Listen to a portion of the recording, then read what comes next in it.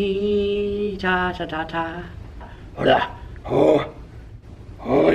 Yes. What's going on, everybody? It's your boy Cody Mitchner coming at you again with another episode of BYMBS Blow Your Mind Bible Stories, baby! Last week we learned about Abraham's faith and how it was tested through his son Isaac. Abraham passed the test with flying colors, which meant that God's plan to rescue and bless this rebellious world through his family was still greenlit. Give me the green light. Abraham passed the torch on to his son Isaac in Genesis many years after the whole sacrifice debacle, where Isaac is now married with 2 boys, and they were twins. Twinsies. The first one to pop out was all hairy, and so they named him Esau, which in Hebrew is the word rough, which could also be interpreted as hairy. Pause. The reason that I give you the biblical names and their meaning is because in the ancient times, people were named for their character or characteristics. So if you had a baby and that baby's so hairy, you might name them a name that translates to hairy. Or like when God changed Abram's name to Abraham, that was because Abraham means father of many, because God promised him that Abraham would be the father of many nations. That whole thing is especially important for Isaac's second twin boy. Alright, unpause. The other son was born grabbing on to Esau's hairy heel. They named him Jacob, which sounds like the Hebrew word for grasper, because he was grabbing onto his brother's heel as they were heading out the womb. But the name also means supplanter. This might be a new word for some of y'all. So the dictionary definition is someone who wrongfully or illegally holds or seizes the place of another. But the Brother Cody definition of supplanter is somebody that has some ulterior motives to take advantage of somebody or a situation. They got some scheming or untrustworthy behavior. This person can come in many unlikely forms, like a neighborhood thief that was really just your cousin Jimmy visiting you for the weekend, or a criminal that just stole from your job, but it turned out to actually be your coworker Ashy Larry. Or even worse than that, they might even be Mr. Steal Your Girl. Jacob was a supplanter, and I can explain all that with this story. So Esau, he was an outdoorsman. He was hairy and he always seemed so sweaty. He was a good old country boy. But Jacob, he was just chilling. Man, he took things easy. He was a homebody. These 2 brothers were very different from one another. One day, Jacob was making some beef stew, and Esau came home from an epic quest. Esau had not eaten for days, and that smell of that cooking had him shook. Oh, brother. Thank you for making me a feast upon my arrival. Nah, bro. That stew is for me. I'm dying here, please. It smells so good. Fine. I'll make a deal with you. I'll give you this amazing stew. This stew right here. I slow cooked it for 14 hours. You know, it is your favorite, and you can have it. You just have to give me your birthright of being the firstborn. Fine. What good is my birthright if I die of starvation? It's yours. You can have it. Just give me the food. Oh, so good. Promise me. Swear on it. You have my word. I promise.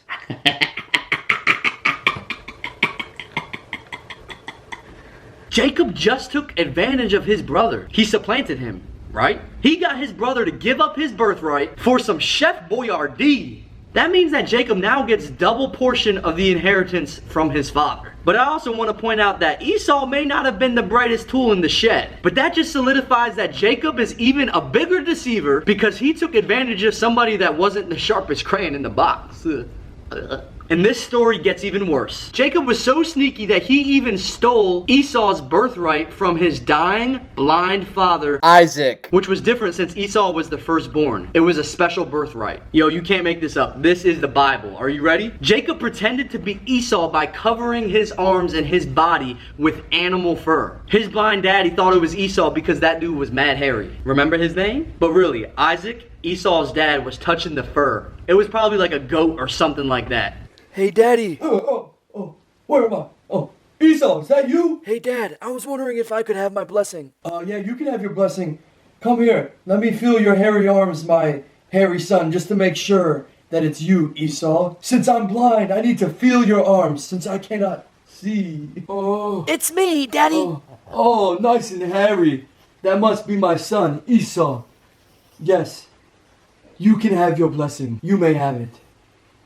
Jacob literally stole Esau's blessing. Again, Jacob supplanted Esau. Jacob was a con artist, always scheming, always up to something. Do y'all know any supplanters? He was always grasping at something. He always wanted something that he didn't have, which led him to take advantage of everyone he knew, including his family members. Jeez. He lied and he stole. Jacob reminds me a lot of this guy. So how on earth did Jacob become a Bible Hall of Famer? Well, his sketchy actions finally began to catch up with him. And things really began to backfire for Jacob when his own uncle cheated him. The table turned on my man. Jacob was always on the run because of his scheming tendencies. And eventually he arrived at his distant uncle's house. His name was Laban and he had 2 daughters. And Jacob fell in love with one of them immediately. It was love at first sight with Laban's daughter. Her name was Rachel, and the Bible goes out of its way to describe how beautiful she was. When Jacob asked Laban if he could work on his farm, Laban wondered what he was going to pay Jacob since, technically they were family. So Jacob, who was madly in love with Rachel, said, "Don't even pay me, bro. Just give me your daughter. Just give me your daughter." No, he probably said, "Just give me your daughter. I want to marry her. Just let me wife her up, man." Laban said, "Work for me for 7 years and I got you." So Jacob worked all those years and he finally got to marry Laban's daughter. But Laban did my man dirty. He gave Jacob that old switcherooski. He got Jacob to unknowingly marry his other daughter, Leah. And how do I say it? She wasn't exactly as pretty as Rachel. Dang, bro. Some of you like, bruh, how you marry the wrong woman. And all I'm gonna say is that Jacob woke up the morning after his wedding night, and that's when he realized that he married the wrong sister. I mean, there's no electricity, there's no light bulbs, the bedroom is dark. I guess it could happen. Man, that wedding was so fun. I'm so glad I get to call you my wife.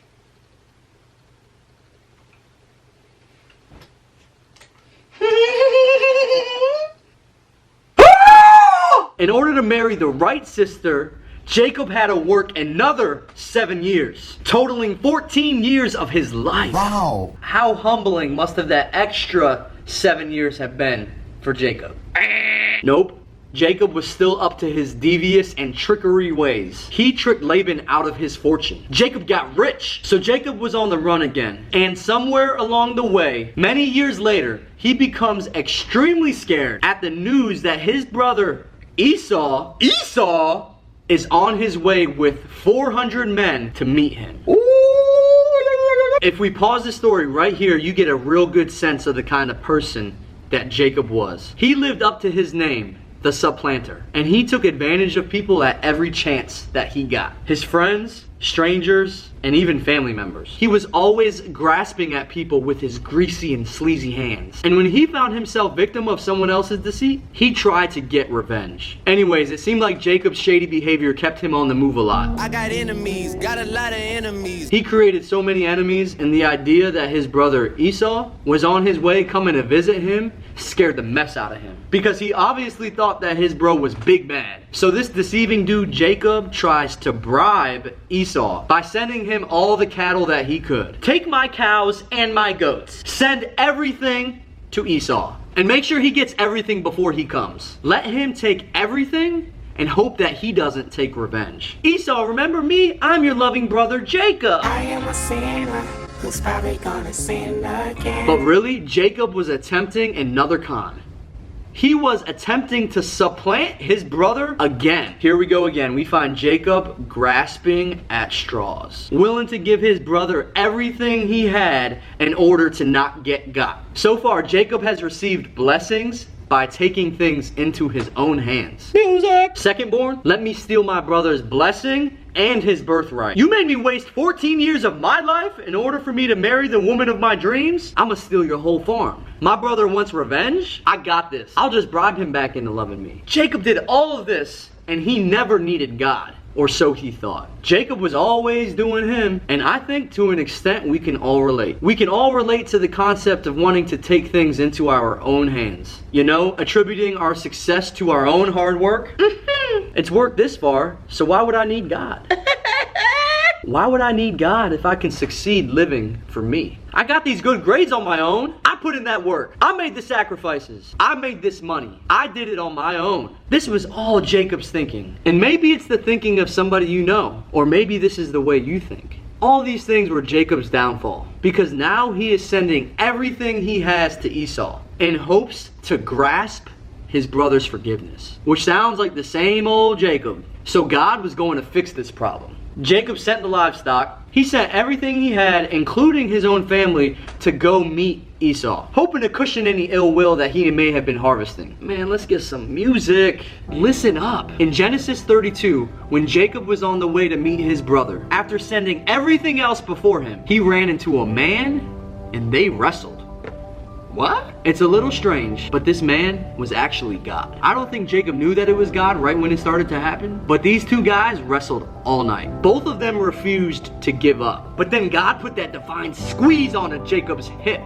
His hip pops out of the socket. The grasper got grasped. He immediately realizes that this was God. In a flash, Jacob sees that God has been with him his entire life, but he was too selfishly independent to know it. Jacob had been wrestling with God all of his life, figuratively speaking. But in a physical fight, God popped that hip out his socket, making Jacob realize that this is God for real. That God is truly where his blessings come from. And in that moment, even with a dislocated hip and an excruciating pain, Jacob refuses to give up. He has seen the face of God and he says, I will never give up. This stubborn supplanter discovers his life's true calling, and it wasn't a birthright, wealth, a woman, but it was God. Jacob's true calling was only from God. Everything that Jacob had been looking for in life, every need he tried to satisfy, every pleasure that he seeked out, he wanted fulfillment, and he would never get it unless it was from God. So Jacob says to God,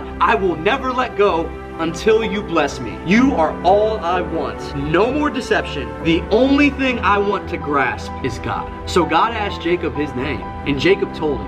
And I think that's really powerful, because revealing his name meant revealing his character and who he actually was. He was not a good guy, and telling God his name feels like he's admitting his sinful and bad past. But that allows Jacob to be changed and allows God to use him, even though Jacob has a rough past. A past full of cheating, stealing, and a whole bunch of other stuff. He musters up the courage to ask for God's blessing. The same blessing that was bestowed upon his father, Isaac, and his grandfather, Abraham. Jacob demanded it. He refused to give up, and God honored his faithfulness and determination. God kept his problem to Abraham and continued with his plan to rescue and bless the world through his family. God then changed Jacob's name to Israel, which means wrestles with God. For Jacob fought with God and he never gave up. Jacob walked away limping, forever changed, knowing that he was loved by God and he would now live for him. Jacob dropped that supplanter identity. No more selfish grasping. Jacob met up with his brother Esau for a cinematic slow motion embrace, wrapping their arms around each other, smiling and crying. What a beautiful reunion. What a beautiful transformation. So I want to leave you with this. It is better to walk in the presence of God with a limp than it is to live a life running alone. Remember the story of Jacob. Maybe you're running away from God like Jacob was doing. Maybe right now you are wrestling with God, thinking about tapping out and giving up. Maybe you want to throw in the towel because you don't think God's real. Maybe you don't think he cares for or loves you. Keep wrestling. Don't run away. Everything that you are looking for, every emptiness in your heart can be taken care of by God. I encourage you guys to read this story for yourself and join me next week to learn about God's continued blessing on his family. Until then, remember whose you are.